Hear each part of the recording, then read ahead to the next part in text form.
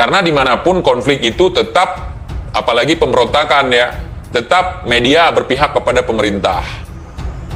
Nah, itu sudah pasti. Kalian kan nggak tahu konflik Aceh apa, makanya si Rizik dengan gampangnya koar-koar. Jangan ada lagi begini, jangan ada lagi begitu, datang setelah. Bingung kita, bingung. Kenapa bingung ya kawan? Kadang-kadang kita nggak bisa kenali waktu itu, yang mana GAM, yang mana aparat nih. Aparat kadang-kadang turun dari gunung gondrong, jenggotnya segini. Karena mereka nggak turun-turun gunung, operasi di atas. Kadang-kadang turun GAM, rapi. Paling-paling bisa kita tandain kalau kita kenal senjata. Pas kita lihat senjata ini campuran, oh ini GAM. Paling-paling begitu. Kadang-kadang ada juga yang senjata campuran, biasanya BRIMOB. Pakai pakaian preman kan. Ada AK-47, ada SS1, ada M16. Bingung juga kan? Apalagi kalau ada GAM turun rapi, ngomong bahasa Indonesia buat kamuflase. Bingung. Ini kalau ngomong ini, takutnya ini GAM. Misalnya, what? Indonesia tanah air beta, pusaka abadi nan jaya. Berpakaian TNI ya kan. Saya ingat itu. Yang anggota silahkan turun katanya. Mohon maaf Pak, ada razia. Yang anggota silahkan turun. Yang anggota kan nggak tahu itu GAM. Turun dia. Ya udah jalan. Yang anggota itu diturunkan di situ, nggak diizinin naik mobil lagi, dibawa entah kemana tuh. Di sini seperti apa?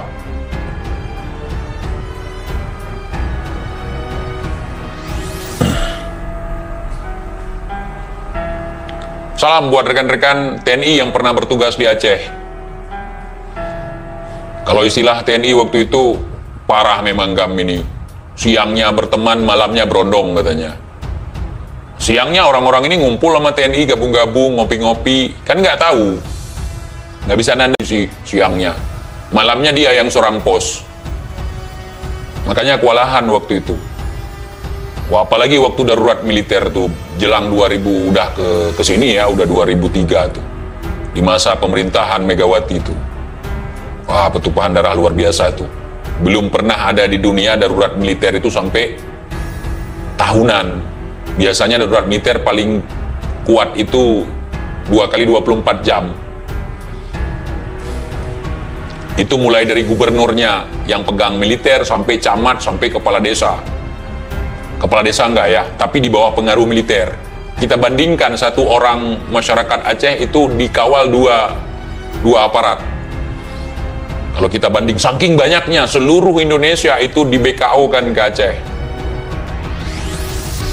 Bayangkan, serem ya, serem. Makanya kita nggak ingin perang lagi ya ikhwan. Nggak mau kita terprovokasi. Kemarin setelah damai ada juga provokasi. Kepentingan segelintir orang merekrut anak-anak muda Aceh, ya, yang bapaknya dulu meninggal waktu konflik, direkrut. Mereka bahkan pernah datang ke tempat saya untuk diskusi masalah itu. Kita akan membebaskan Aceh, kita lanjutkan perjuangan katanya. Saya bilang, coba lihat siapa di belakang yang bermain. Keluarga saya banyak terlibat. Ada yang faktor dendam, ada yang faktor sosial, sosial, melihat banyak orang-orang yang tidak berdaya, akhirnya angkat senjata. Itu di Lok Sumawe, senjata pertama kali turun di tempat kakek, sepupunya kakek saya.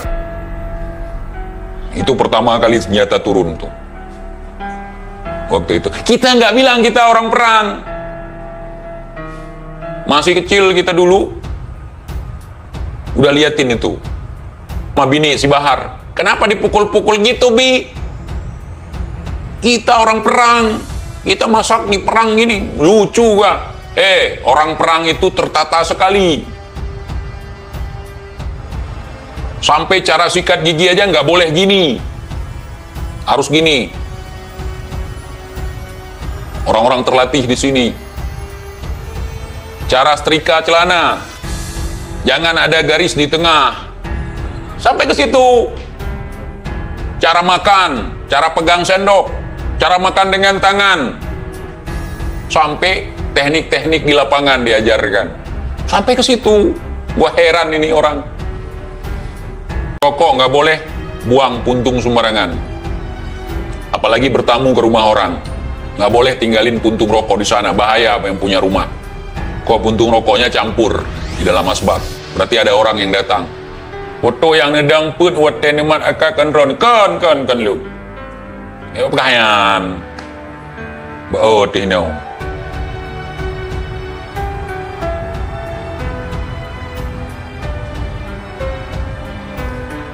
Ini orang perang. Kagak pernah ada riwayat si Bahar ikut perang.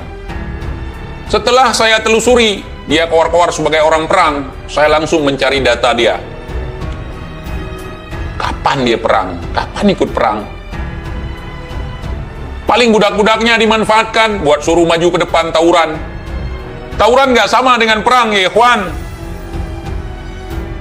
Dia udah terjadi berkecamuk sekali, udah selesai, ada yang lerain. Ada aparat turun, lerai, udah. Tapi kalau perang siapa yang lerai? Apalagi di masa itu sebelum tsunami, Uni Eropa tidak bisa masuk ke Aceh. Dibatasi orang luar masuk kemari. Dibatasi. Nah,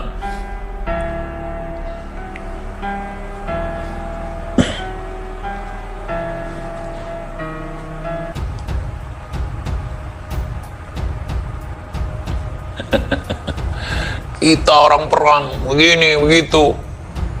Belum lagi ada orang nih ingin naik pangkat, cari orang 1 juta,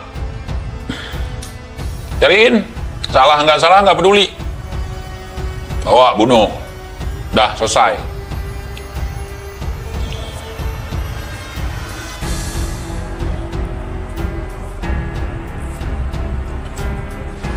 Kalau saya sebutkan keluarga saya yang jadi korban konflik yang memang benar-benar GAM, betul-betul terlibat dalam GAM, kalian pasti kenal orangnya siapa. Terkenal soalnya, bukan karena medsos terkenal. Saking dicari, dulu di mana-mana ada foto dia tuh. TIJ mengatakan, makanya nggak heran, orang-orang gila pun sekarang jadi wali. Ada 3 hal kalau kita ketemu orang gila yang terlintas di pikiran kita. Yang pertama, untuk zaman sekarang nih, gara-gara doktrin ada 3 hal kalau melihat orang gila. Pertama, kalian akan berpikir kalau itu waliullah, nggak apa-apa untuk berhusnuzon, tapi jangan aneh-aneh. Yang kedua, kita akan berpikir bahwa itu adalah artis yang sedang buat konten prank, Baim Wong misalnya. Yang ketiga, kita akan menganggap bahwa orang itu adalah intel yang sedang menyamar. Betul tidak? Ujar TIJ. Dicari. Wanted. Kalau saya sebutkan satu-satu, belum lagi yang di luar sana, yang bikin gaduh di Jakarta, itu masih om saya. Indonesia sejak dulu kala tetap dipuja-puja bangsa.